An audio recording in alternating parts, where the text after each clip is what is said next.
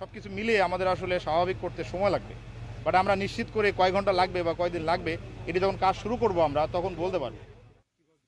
আগুন লেগেছে, সাথে সাথে আমাদের চিফ স্যার আসছিল কিছুক্ষণ আগে এখানে ছিলেন, তিনি এবং আমাদের সকল টিম সহ আমরা চলে এসেছি এই সহযোগিতা করার জন্য।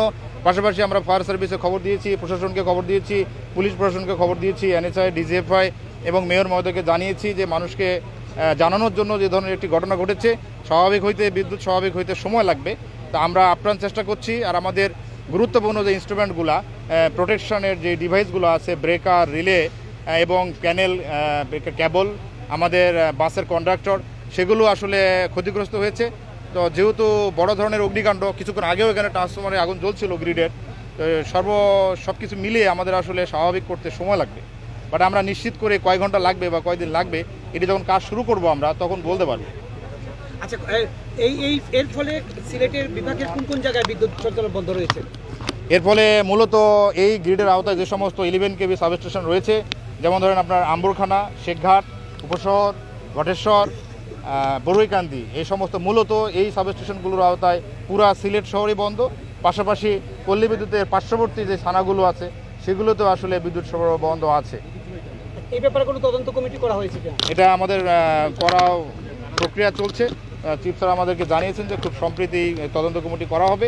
তবে আমরা সবার আগে যে জিনিসটি বলতে চাই যে কমিটি তো থাকবেই, তারা তাদের কাজ করবে, কিন্তু আমরা আসলে নিরবচ্ছিন্ন বিদ্যুৎ সরবরাহ পুনঃস্থাপন করার জন্য আপ্রাণ চেষ্টা করছি যাতে দ্রুততম সময়ের মধ্যে দেওয়া যায়। এটি আমাদের আসল লক্ষ্য। এটা কোনো কারণ আপনারা কি নির্ণয় করতে পেরেছেন? কারণ নির্ণয় করার জন্য যে সময় দরকার সেটি আসলে আমরা পাইনি এখনো, কারণ কিছুক্ষণ আগেও আগুন জ্বলছিল বাস এবং ট্রান্সফরমারের গোড়ায়। তো সেগুলো স্বাস্থ্যের জন্য বা হুমকি ছিল বা মারাত্মক কেউ জখম হতে পারে বিধায় আমরা আসলে কাছে যেতে পারি নাই। এই মুহূর্তে আমরা দেখতেছি, আমরা আশা করি যে কিছুক্ষণ পরে আমরা হয়তো বলতে পারবো যে আমাদের কি ক্ষতি হয়েছে।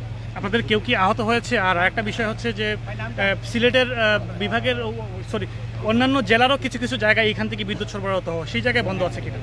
জি, আমি যেটা বললাম শুরুতেই যে কুমারগাঁও গ্রিডের আওতায় যে সমস্ত উপকেন্দ্র রয়েছে সিলেট এবং তার পার্শ্ববর্তী থানাগুলোতে বেসিক্যালি সেগুলোতে বিদ্যুৎ সরবরাহ বন্ধ রয়েছে। আপনার নামটা একটু বলবেন? আমি প্রকৌশলী ফজলুল করিম, পদবিটা একটু। নির্বাহী প্রকৌশলী, বিক্রয় বিদ্যুৎ বিভাগ 1, আম্বরখানা, সিলেট। Thank you. সেই উপরে দেখতে পাচ্ছেন সিরামিকের, এই সিরামিকের সেই জিনিসগুলি কাঠের হয়েছিল, সেগুলো এখানে অযত্ন রাখা হয়েছে। আমি দেখতে পান সরকারের কত মূল্যবান সম্পদ কিভাবে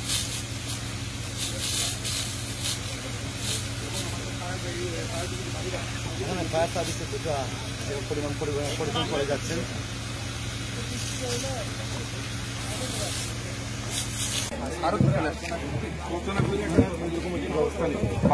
ইকরাম ভাই, কন্ডাক্টর এইগুলি কিভাবে আমরা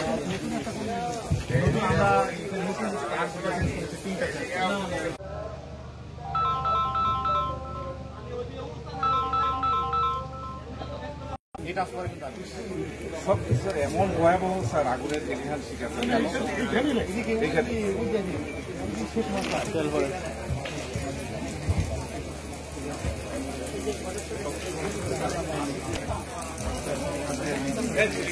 এগুলা তেল তো খুব গরম বা